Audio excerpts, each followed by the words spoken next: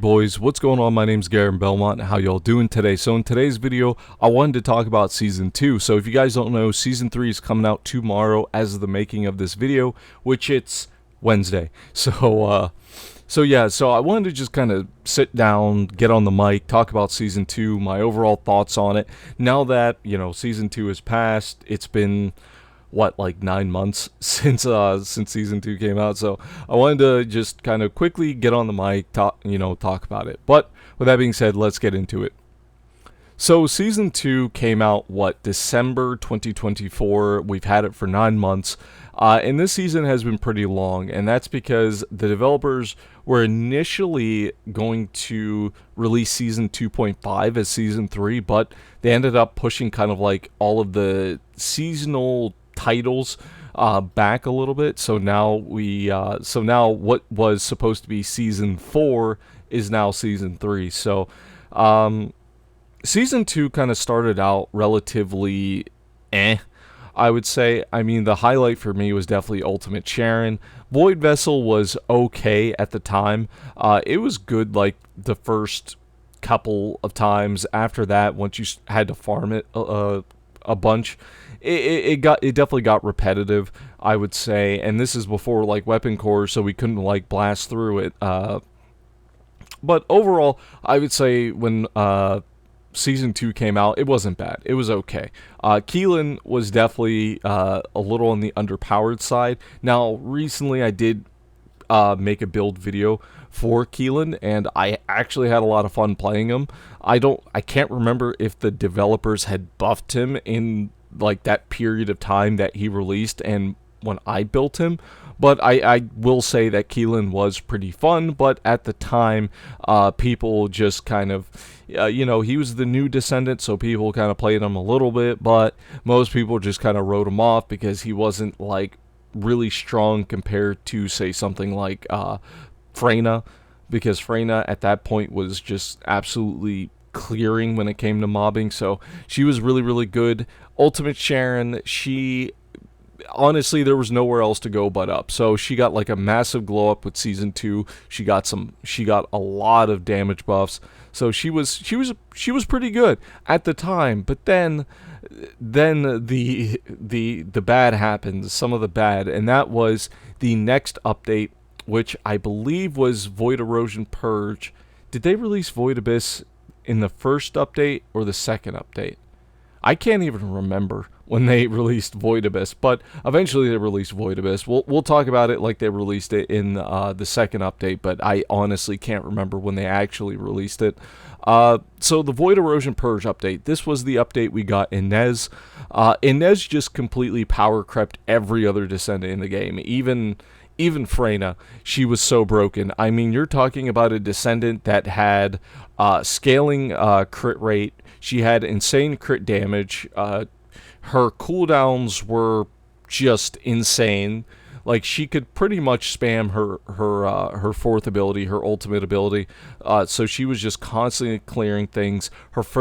All of her abilities, I believe, could go through walls. So she could clear rooms before like she even saw the enemies. She was just absolutely crazy. So Inez just kind of, Inez was, don't get me wrong, Inez was fun to play, but she kind of created a massive problem with Descendant balancing in the game, and that's something that has been a massive issue with TFD since, honestly, launch when it comes to the Descendant balancing. We'll talk about Void Abyss. Void Abyss, I've never been really much of a fan of bossing. I'm more of a mobbing person, but when it comes to Void Abyss, I thought Void Abyss was great. I thought it was a great way for free-to-play players to like earn cosmetics, so there's like something to work towards. It offers a nice challenge all up until Season 2.5, which we'll talk about here in a little bit. But overall, I thought Void Abyss was great. I thought it was a great addition to like that kind of like endgame loop and endgame content to work towards. Then you had the introduction of ETA Zero. ETA Zero is basically Xur or Baru Katir, where ETA Zero will kind of bring items that you want over the course of. He operates more like Xur in terms of like his scheduling, so he comes every week and he sells you blueprints for practically everything, as well as selling things like crystallization catalyst blueprints. He also can sell Descendant slots at some point. Like he sells a lot of stuff, and I think again it is a great reason to kind of have people like go back and do 400% dungeons and just kind of give people a reason to farm for things and to do things and to work towards something, as well as making it so that free-to-play players have a way to earn things like dies and stuff like that. I think that's overall ETA Zero has been a very positive influence for the game, in my opinion. Next, we have Void Erosion Purge. Void Erosion Purge, I think Void Erosion Purge started out really bad, and I think the reason for that is just because, at least for me personally, I didn't like how limiting it was, making it so that, limiting people's, builds to only like gun-based builds was kind of annoying. It felt kind of restricting, especially at this point in time. We didn't really have any like challenging end game content that challenged like more like skill based builds, like skill power builds. So I think the like restrictions of making or at least the penalties of using skill based descendants was kind of annoying, and I still don't really understand why they did that. It just feels very restricting, and it just overall wasn't good for the health of the game. And now, since then, they've kind of removed those penalties, so now you can take skill-based Descendants into Void Erosion Purge, gun-based Descendants into Void Erosion Purge. So this was overall a positive, and I think Void Erosion Purge, with leaderboards and stuff like that, has, honestly, I like it. I really, really do in its current state. It's a great, challenging piece of content. They reduced the amount of levels there are, the amount of stages, so now there's only 10 stages instead of 30 like it used to be. And then they also added things like challenge mode, so now there's like a harder version of Void Erosion Purge. And overall, I think it's been great. Now, I will say, the thing that I don't like that this update added was weapon cores. I think weapon cores were added way too early in the game. I think this is something maybe they could have added in season 3. I think weapon cores genuinely just ruined the game, just because they added so much power to our weapons. Now, 90% of the content feels incredibly lackluster because we are just so powerful with our weapons. It's just absolutely insane how weapon cores just completely just destroyed almost the entirety of this game, except for maybe Void Abyss and Void Erosion Purge, and even Void Abyss to some extent when we talk about the next Descendant that they added. So overall, I think weapon cores were just honestly a negative. Yes, they add a lot of power. Yes, they give players something to work towards, but now they're pretty much a necessity. And also the fact that the developers haven't really been balancing things around the fact that we have weapon cores. It just, I don't know. I don't really feel like we needed weapon cores in the game. But kind of moving on, let's talk about season 2.5. This was the Beyond the Void update. This was a filler. This was kind of like a filler updates that they added until season 3 was ready. And honestly, it was okay. So first thing that they added was Sigma Sector. Sigma Sector was good up until we had to farm it pretty much the entirety of the season of season 2.5. Like it was definitely one of those things where it's like there's not enough variety there to justify, farming it over and over and over again. But because they added things like RK tuning, they added the mutation cells. Honestly, I don't even know why they added fucking mutation cells. That just never needed to exist. But whatever, I guessed. Guess. So yeah, I don't really know what they were thinking when it comes to that. Um, but with this update, we also got Serena. Serena is another Inez situation where Serena came right out the gate incredibly broken. Her and Inez are kind of like yin and yang, where one is really good, is fantastic at mobbing, and the other is fantastic at bossing. So you have this issue where you have these two powerhouses that are just really good in bossing and mobbing, and it feels like every other Descendant has gotten power crept. Actually, they did get power crept because really no other Descendant can hold a candle to the amount of damage that those two are doing. Like we saw with Decimator, that people were just clearing that fight in like 1 second, you know what I mean? Albeit, I will say, Ultimate Sharon Overcharged Edge was also clearing that fight relatively quickly. So a lot of Descendants were clearing that fight relatively quickly because of the addition of weapon cores. But Serena she just really proved a problem when it comes to the balancing of TFD, where it feels like that they're focusing more on making these female Descendants broken right out the gate so people feel inclined to spend money on them. And I would agree with that. A lot of people felt that way, and I would 100% agree with that. It definitely did feel like they were trying to like get people to whip out the credit cards and Pepe swipe for the new busty female Descendant. You know what I mean? And I just don't agree with that. I think the developers need to do a better job with Descendant balancing, because the Descendant balancing has been one of the weakest points of this game. It's just been so bad. But kind of moving on, I'm sorry, I'm kind of running out of time here. Let's talk about RK tuning. RK tuning, I thought, was actually really good. I think this was an overall positive, growth system added to the game compared to weapon cores, where weapon cores felt too much. RK tuning felt just right. It wasn't enough to really break anything, but I would imagine with the addition of weapon cores, it kind of did break any. It kind of did maybe. It was more fuel to the fire, I guess it would be the way we can say it. But I thought RK tuning was great. Now, granted, RK tuning is just Paragon boards from Diablo 4, but that's fine.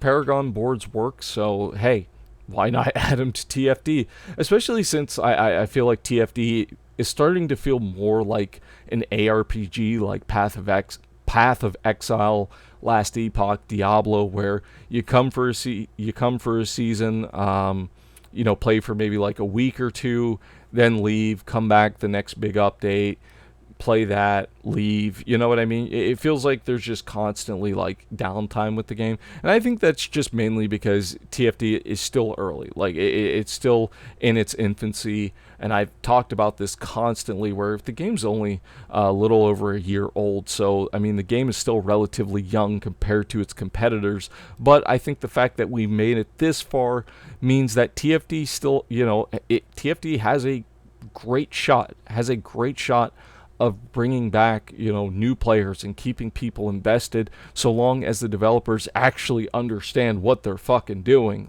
Holy shit.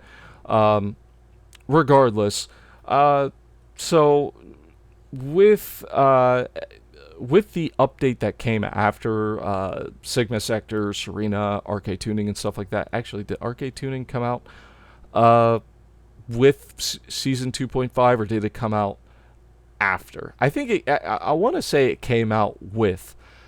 There was just I think after that there was not really too much that happened. We got Ultimate Blair, which I did make a build guide for Ultimate Blair, and he was a lot of fun. I really enjoyed playing Ultimate Blair. It was nice playing, something different, and I still think that Blair is probably one of the, if not the most balanced Descendant in the game, hands down.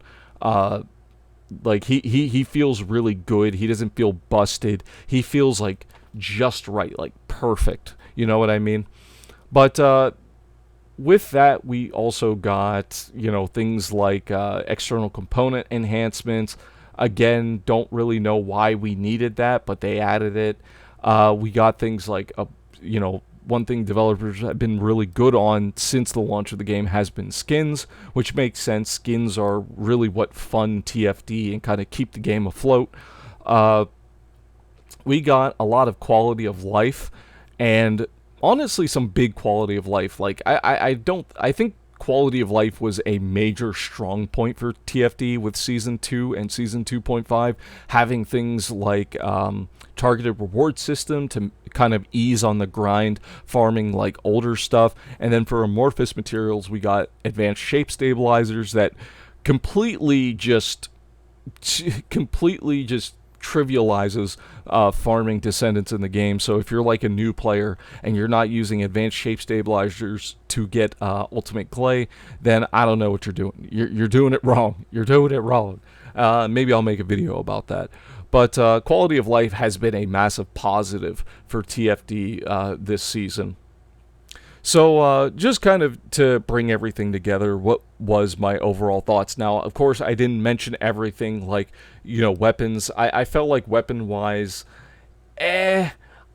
honestly, like I think Malevolent is really like the big shining star of this season, and I think a big reason for that is just because like we need more like mobbing weapons in this game. Like it's painfully obvious that we need more mobbing weapons in the game based off of how popular Malevolent has been since it came out in Season 2.5.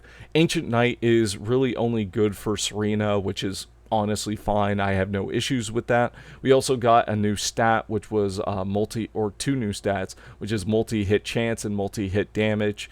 I mean, a lot of quality of life, and overall, I think Season 2 was pretty good. Like, yes, there have been a lot of issues, but when we also look at just the amount of quality of life, the amount of content that we've gotten, the Descendants that we've gotten, albeit this has created a lot of balancing issues, which has been a constant problem in the game, as well as content variety. Content variety has also been just a major issue in TFD, and I think this is something the developers, they really need to start thinking outside of the box, because what's really killing a lot of the enjoyment of the game and a lot of like people like staying with the game and kind of being implanted in it is the content variety. It feels like, the developers are constantly like using one piece of content and kind of making that like the main source of what everybody plays, but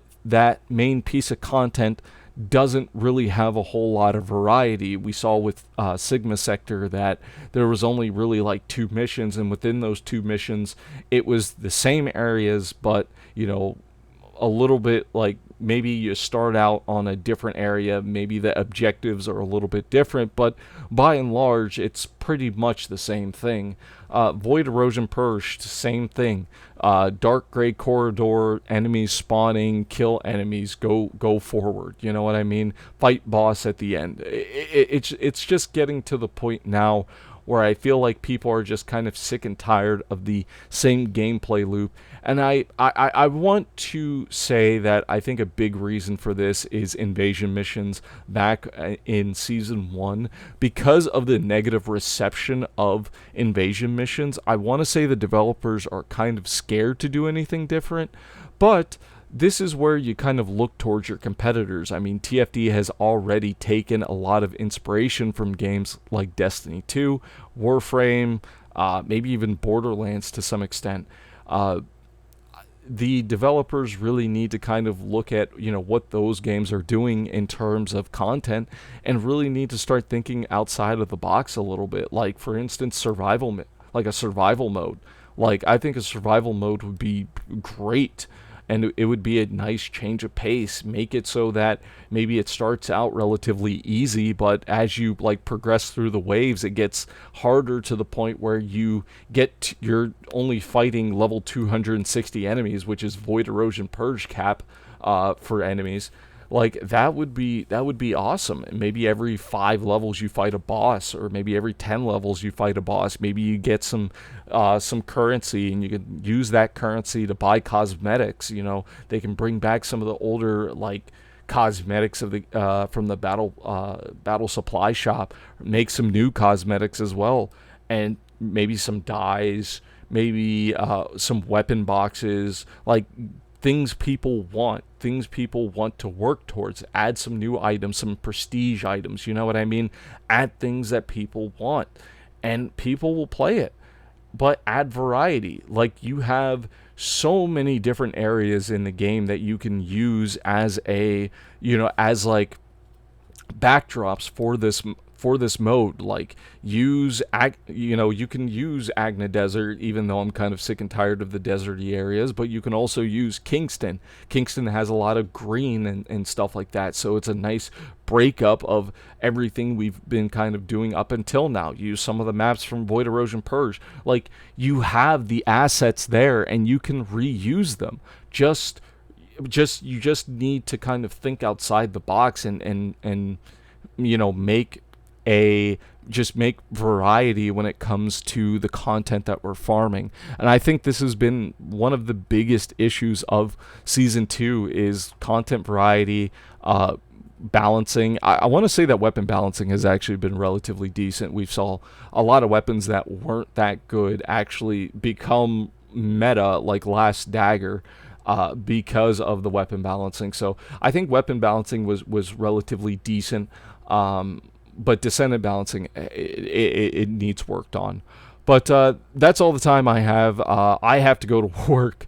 So with that being said, guys, let me know how you guys felt about season 2. I thought it was good. I don't think it was great. It was definitely a improvement over season 1, but it's still kind of, it showed a lot of the weak areas of the development team, and areas where they really need to start focusing on. But with that being said, guys, my name is Garen Belmont, and I will see you guys next time. This video is probably also not going up until tonight when I get off of work, because I don't have enough time to edit it. So yeah, but I will see you guys in season 3. Bye bye.